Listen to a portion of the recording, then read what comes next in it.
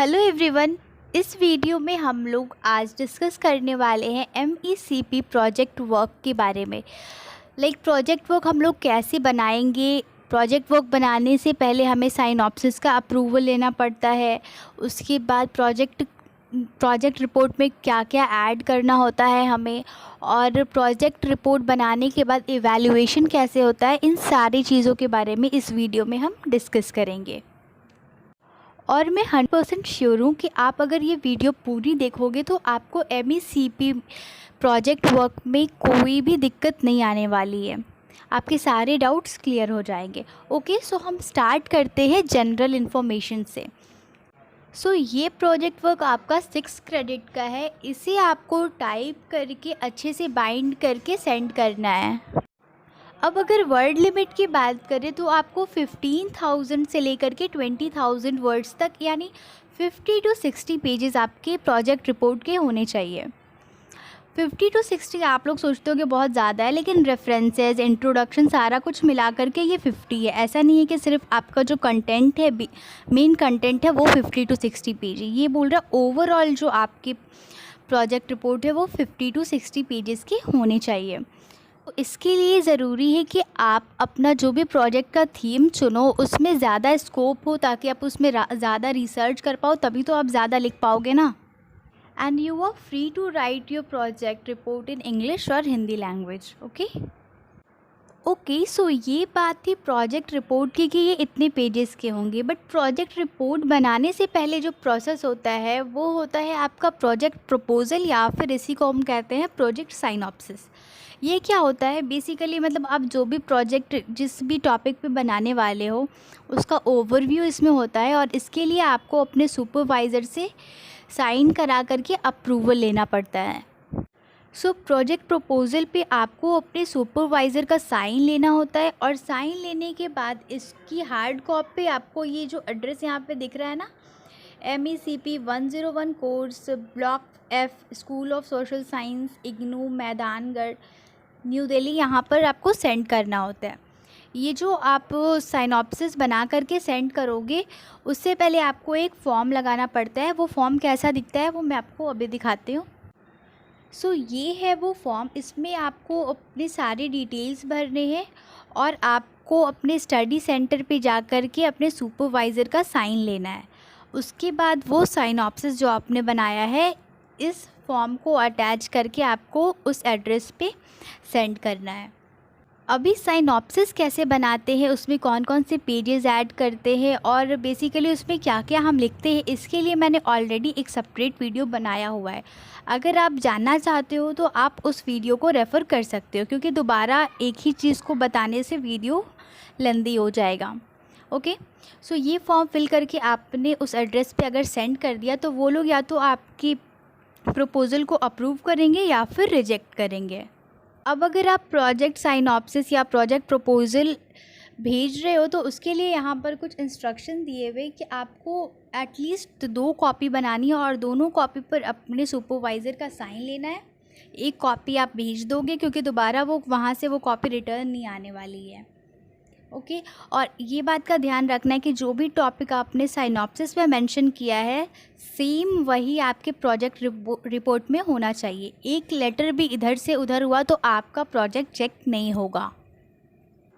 Project proposal बनाना भी एक important task है। आप अगर चाहो तो वो वीडियो देख लेना, लेकिन यहाँ पर मैं आपको एक ओवरव्यू दे देती हूँ कि प्रोजेक्ट प्रपोज़ल में मेनली आपको कौन से पॉइंट्स पर ध्यान देना है।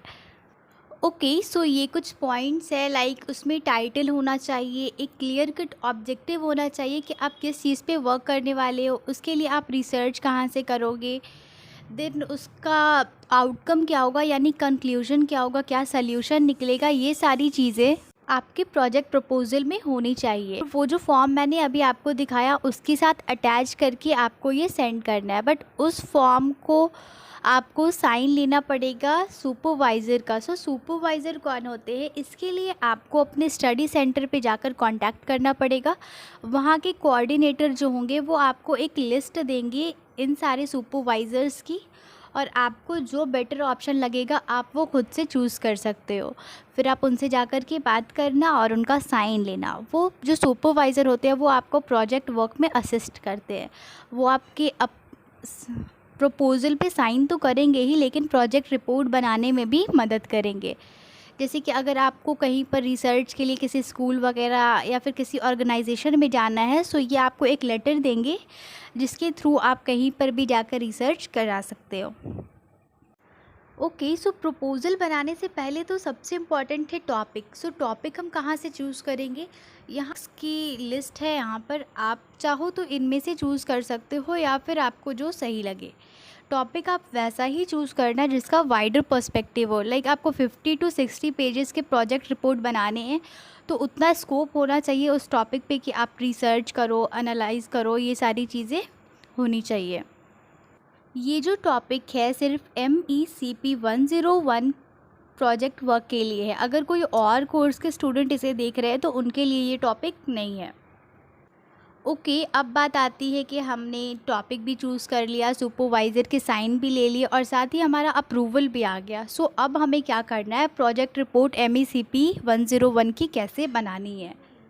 ओके, सो वो अभी हम यहाँ पर डिस्कस करने वाले हैं। पेज 1 से लेकर के लास्ट पेज तक हमारा क्या होना है।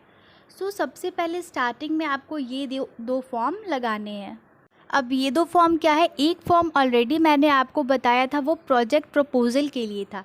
ये है आपका इंट्रोडक्टरी पेज। ये यहाँ पर आप लगाओगे title of the project work वगैरह, और ये सर्टिफिकेट है एक कि आपके सुपरवाइज़र साइन करेंगे और उस पर देंगे कि हाँ ये प्रोजेक्ट वर्क ऑथराइज्ड है, मतलब आपने खुद से बनाया है, कहीं से भी कॉपी नहीं किया हुआ है। सो स्टार्टिंग में आपको ये दो फॉर्म लगाने हैं, यानी एक फॉर्म और एक सर्टिफिकेट लगाना है। उसके बाद आपको जो प्रोजेक्ट रिपोर्ट तैयार करने से पहले आपको ये डिसाइड करना होगा कि आप डेटा कलेक्ट कहाँ से करोगे और उसका सोर्स क्या होगा। मतलब आप इतना बड़ा प्रोजेक्ट बना रहे हो इकोनॉमिक्स का, वो भी, तो इसमें डेटा वगैरह, मैप्स, ये सारी चीज़ें तो आएंगी। सो इसके लिए दो तरीके से आप डेटा कलेक्ट कर सकते हो। एक सेकेंडरी सोर्स होता है और एक प्राइमरी सर्वे होता है। तो आप इन दोनों में से कोई भी चूज़ कर सकते हो। आप देखते हैं कि तो अब इन दोनों में हम डिफरेंस देखते हैं। लाइक सेकेंडरी सोर्स क्या होता है कि आप कहीं भी वेबसाइट से जाओ, जैसे कि सेंसस होता है ना, उन सारी चीज़ों से आप डेटा को कलेक्ट करो, मतलब कोई सेकेंडरी सोर्स से कलेक्ट करो। गूगल पे आप जाते हो, वहाँ पर बहुत सारी वेबसाइट्स होती हैं, वहाँ से अगर आप कलेक्ट करते हो, सो वो सेकेंडरी सोर्स होता है। अगर आप सेकेंडरी सोर्स यूज़ कर रहे हो तो आपको उसके बारे में पूरी डिटेल देनी होगी कि आपने वो कहाँ से कलेक्ट किया है, और अगर वो बुक है तो वो कौन से एडिशन के बुक है, कौन से ऑथर है, ये सारी चीज़ें आपको मेंशन करनी है। और प्राइमरी सर्वे क्या होता है कि आप किसी ऑर्गेनाइजेशन में विज़िट कर रहे हो, वहाँ पर जाके आपने सर्वे किया है, सो वो आप प्राइमरी, आप खुद से जाकर के विज़िट कर रहे हो, वो सारी चीज़ें आपकी प्राइमरी सर्वे में आती है। और यही सर्वे कंडक्ट कराने के लिए आपके सुपरवाइज़र आपको एक लेटर देते हैं, जो आप किसी भी ऑर्गेनाइजेशन में जाकर के दिखाओगे तो वो आपको वहाँ पर कोई भी डेटा वगैरह कलेक्ट करने की परमिशन दे देंगे। अगर आप चाहो तो आप इसे पॉज करके पढ़ सकते हो। ये जो गाइड है ये आपको इग्नू की वेबसाइट पे मिल जाएगी, सो आप वहाँ से डाउनलोड करके इसे पढ़ सकते हो। सो अब आपने अपना डेटा कलेक्शन का मेथड चुन लिया है। अब आपको प्रोजेक्ट रिपोर्ट लिखनी है। सो प्रोजेक्ट रिपोर्ट लिखने के लिए उसमें ओरिजिनलिटी और क्लैरिटी बहुत इम्पॉर्टेंट है, क्योंकि इसमें प्लैगरिज्म चेक होता है। लाइक अगर आपने कहीं से भी कॉपी किया है तो उसमें परसेंटेज आ जाता है कि आपने कितने % कहाँ से कॉपी एंड पेस्ट करके अपने प्रोजेक्ट रिपोर्ट को बनाया है। ओके, सो ये ध्यान में रखना आप लोग कि कहीं से भी कॉपी पेस्ट डायरेक्ट नहीं करना है।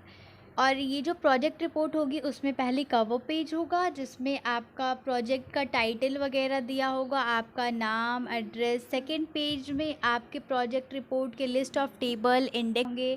फोर्थ पेज में आपको एक्नॉलेजमेंट देना है। उसके बाद 6 पेज से लगभग आप अपनी बेसिक जो भी आपका मेन बॉडी है वो लिखना स्टार्ट कर सकते हो। और लास्ट जो पेज होते हैं, मतलब लास्ट के जो चैप्टर्स होते हैं, उसमें आप कंक्लूजन या फिर सॉल्यूशन दे सकते हो। आप इसको सेक्शन वाइज बना सकते हो। इसको ऐसा बनाना है कि जो भी एग्ज़ामिनर या जो भी इसे चेक कर रहा है वो बहुत ईज़िली इसे पढ़ सके और समझ सके।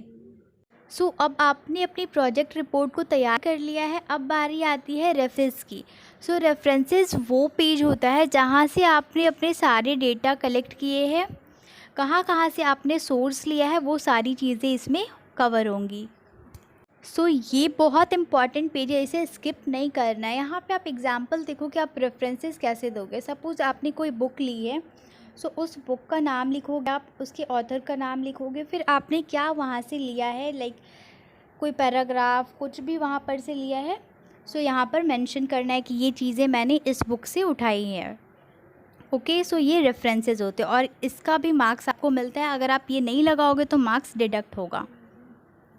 अब फाइनली आपने अपना प्रोजेक्ट, ये जो प्रोजेक्ट रिपोर्ट आपने भेजी है ये एग्ज़ामिनर के पास जाएगी और वो इवैल्यूएट करेगा। मिनिमम 40% आपको मार्क्स चाहिए पास होने के लिए। और यहाँ पे आप देखो मार्क्स कैसे डिस्ट्रीब्यूट है, लाइक टॉपिक की क्लैरिटी पर आपको 10%, लैंग्वेज पे 10%, ऑब्जेक्टिव पे 15%, मेथोडोलॉजी 20, एनालिसिस एंड इंटरप्रिटेशन पे 25%, कंक्लूजन आपने कैसा दिया है उस पर 10% मार्क्स है, और रेफरेंसेस पे यहाँ पर 10% मार्क्स है। अगर आप रेफरेंसेस नहीं दे रहे हो तो आपके 10% मार्क्स तो ऐसे ही डिडक्ट हो जाएंगे। ओके, ये MECP 101 प्रोजेक्ट रिपोर्ट के बारे में कंप्लीट डिटेल्स थी। और ये सारी इन्फॉर्मेशन मैंने कहीं अपने मन से नहीं बनाई है, ये सारी चीज़ें आपको इग्नू की वेबसाइट पर अवेलेबल होगी, आप चाहो तो जा कर के पढ़ सकते हो। And one more thing guys, हमारे चैनल पे 1 की सब्सक्राइबर हो गए। आई नो कि बहुत सारे लोगों को लगेगा कि ये बहुत छोटा नंबर है, बट फॉर मी ये बहुत बड़ी बात है। Thank you all of you. इस वीडियो में बस इतना। इग्नू की तरफ से कोई भी लेटेस्ट इन्फॉर्मेशन पाने के लिए आप मेरे चैनल को सब्सक्राइब कर सकते हो। Thank you.